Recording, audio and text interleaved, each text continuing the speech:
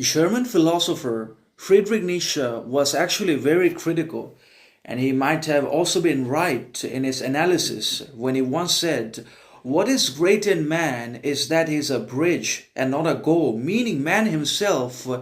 is not always a goal. He does not necessarily become or transforms himself into a goal, an end, a purpose in himself, because the moment he becomes a goal, an end, he basically ends and eradicates and neutralizes himself, not just because of external compulsions and societal corruption, hypocrisy, conditioning, bias, double standards, and stereotypes, but because of his own willingness to agree to mediocrity, ignorance, arrogance, and missed opportunities. So we just cannot to basically afford to transform ourselves into goals and ends and purposes to be fulfilled and attained by the others in our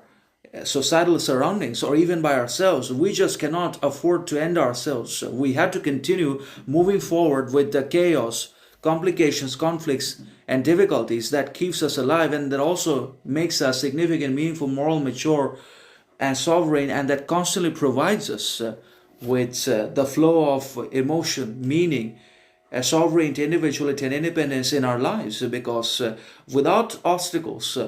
without conflicts, turmoils, chaos in our lives, we are going to be lost. We are going to become worthless, meaningless, ambitionless, and we are not going to be able to invent and create anything critical, reasonable, worthy, significant, meaningful, mature in our lives, as well as for anyone else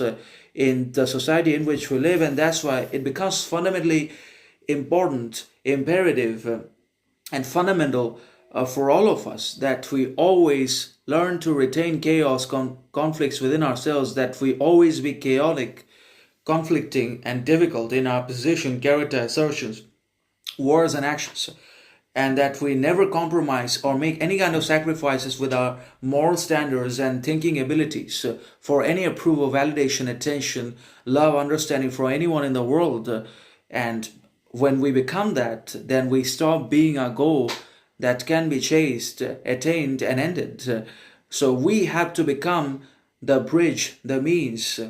that can be constantly developed, grown, and evolved, because only when we're a bridge can we continue to grow, evolve, and better ourselves and seek improvement and enhancement to our existing qualities, characters, and actions and mentalities, and so on and so forth. And we can also help others in their sufferings and deal with their pains and miseries as well. So that only becomes when we are a bridge and not a goal.